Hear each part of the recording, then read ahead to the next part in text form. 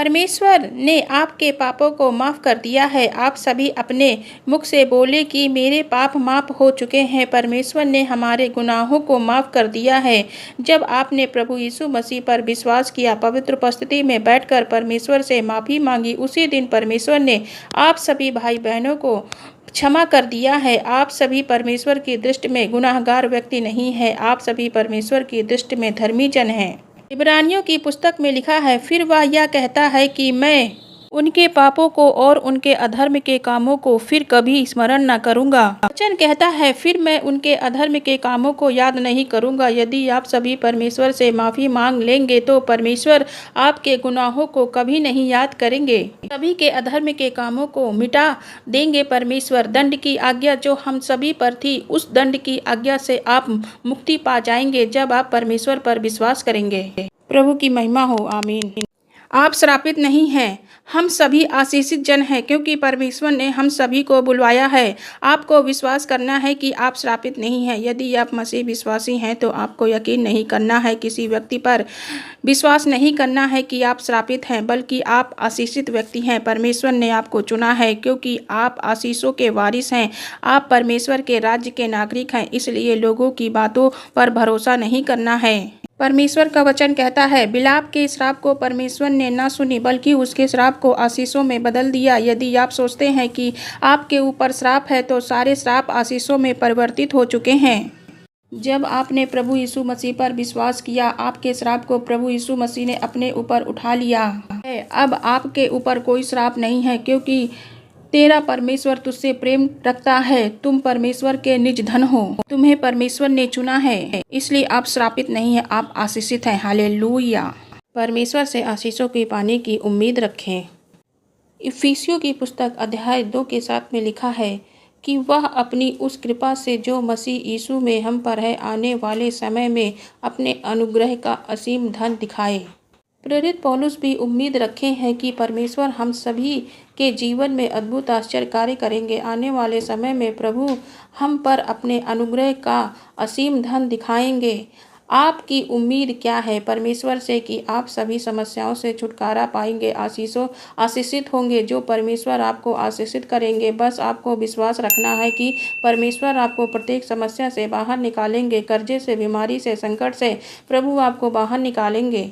आपके अंदर परमेश्वर के प्रति विश्वास को बनाए रखना है। ऐसे बहुत से भाई बहन हैं जो उम्मीद छोड़ देते हैं, लेकिन परमेश्वर का वचन आपको उत्साहित करता है। आपके जीवन में वह खुशियाँ, आशीषें आएंगी। उम्मीद और विश्वास रखें। आमीन। यहोवा परमेश्वर पर भरोसा रख।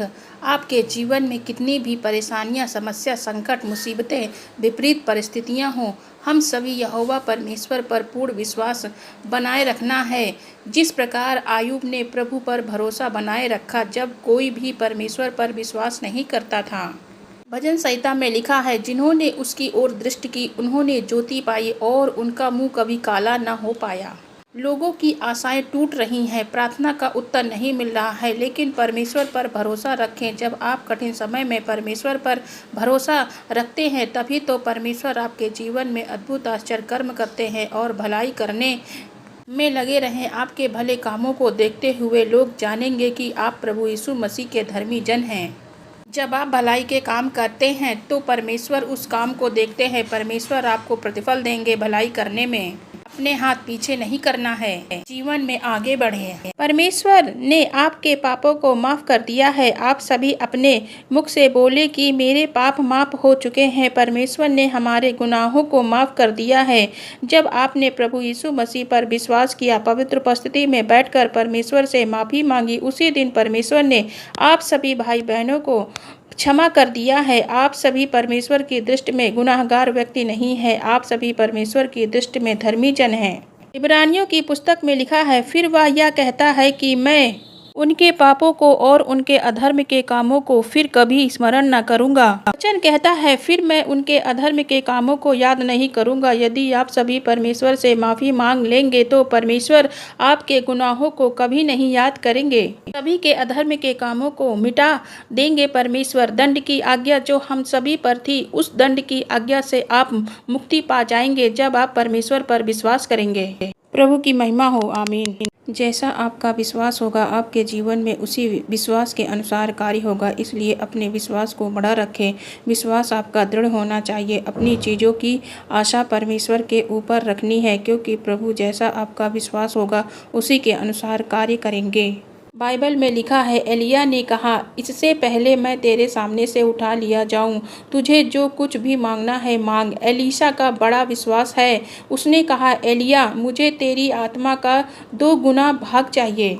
एलिया के अंदर जितनी सामर्थ है मुझे तेरी सामर्थ का 2 गुना चाहिए। ये वचन विश्वास को प्रदर्शित करता है। एलीशा का विश्वास एलिया के प्रति। एलीशा ने नहीं सोचा कि वह कहाँ से दे पाएगा, वह नहीं दे पाएगा। एलीशा ने कहा, जितनी सामर्थ परमेश्वर की तेरे अंदर है उसका 2 गुना मुझे चाहिए।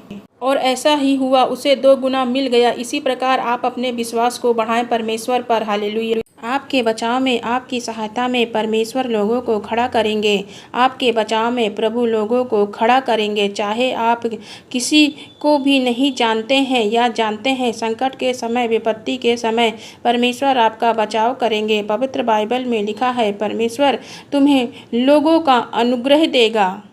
1 शमूएल अध्याय 14 का 24 पद में लिखा है, परंतु इजरायली पुरुष उस दिन तंग हुए, क्योंकि शाऊल ने उन लोगों को शपथ धरा कर कहा, शापित हो वह जो सांझ से पहले कुछ खाए, इसी रीति में अपने शत्रुओं से पलटा ले सकूंगा। तब उन लोगों में किसी ने कुछ भी भोजन न किया। शाऊल के कहने पर सभी सैनिक आज पूरे दिन खाली पेट थे। जो शाऊल का बेटा योनातान था, उसे पता नहीं था कि उसके पिता ने यह आज्ञा निकाली है। जंगल में जाते समय उसे एक शहद का छत्ता दिखा। उसने एक डंडी से शहद निकालकर अपने मुंह में खा लिया। उसके साथ वालों ने उसे बताया कि तेरे पिता ने आज्ञा निकाली है कि आज सांझ तक कोई कुछ नहीं खाएगा। तब योनातान ने कहा, पिता को ऐसा नहीं करना चाहिए। जब उसे पता चला कि वह योनातान को मारने के लिए तैयार हो गया, जो कि उसका बेटा था। शाऊल ने आज्ञा निकाली थी कि योनातान को मार डाला जाए, लेकिन जब इस बात का पता सैनिकों को और प्रजा को चला, तब सैनिक और प्रजा योनातान के बचाव में खड़ी हो गई। बाइबल में लिखा है, परंतु लोगों ने शाऊल से कहा, क्या योनातान मारा जाए जिसने इजरायलियों का ऐसा बड़ा छुटकारा किया? ऐसा न होगा। यहोवा के जीवन की शपथ, उसके सिर का एक बाल भी भूमि पर गिरने न पाएगा, क्योंकि आज के दिन उसने परमेश्वर के साथ होकर काम किया है। तब प्रजा के लोगों ने योनातान को बचा लिया और वह मारा न गया। प्रजा ने योनातान को बचा लिया, नहीं तो योनातान को उसी समय मार दिया गया होता। लोग उसके बचाव में खड़े हो गए और शाऊल से कहा, अगर तूने योनातान को मृत्युदंड दिया तो हम सभी प्रजा के जन तेरे विरोध में खड़े हो जाएंगे, क्योंकि योनातान ने परमेश्वर पर भरोसा करके युद्ध लड़ा था और प्रत्येक इजरायलियों को छुटकारा दिया। योनातान ने सभी सैनिकों को भोजन कराया। योनातान ने सभी इजरायलियों के लिए भलाई का कार्य किया। परमेश्वर ने लोगों को योनातान के बचाव में खड़ा किया। यदि आप लोगों के लिए भलाई का कार्य करेंगे तो परमेश्वर की ओर से लोग आपकी सहायता करेंगे। इसीलिए परमेश्वर का वचन आप सभी भाई बहनों को उत्साहित करता है कि भलाई का कार्य करते रहें। परमेश्वर आपको आशीषित करेंगे, आपके बच्चों को जीवन में सफल बनाएंगे, जिससे आपके बच्चे परमेश्वर और आप सभी का नाम रोशन करेंगे और आशीषित करेंगे।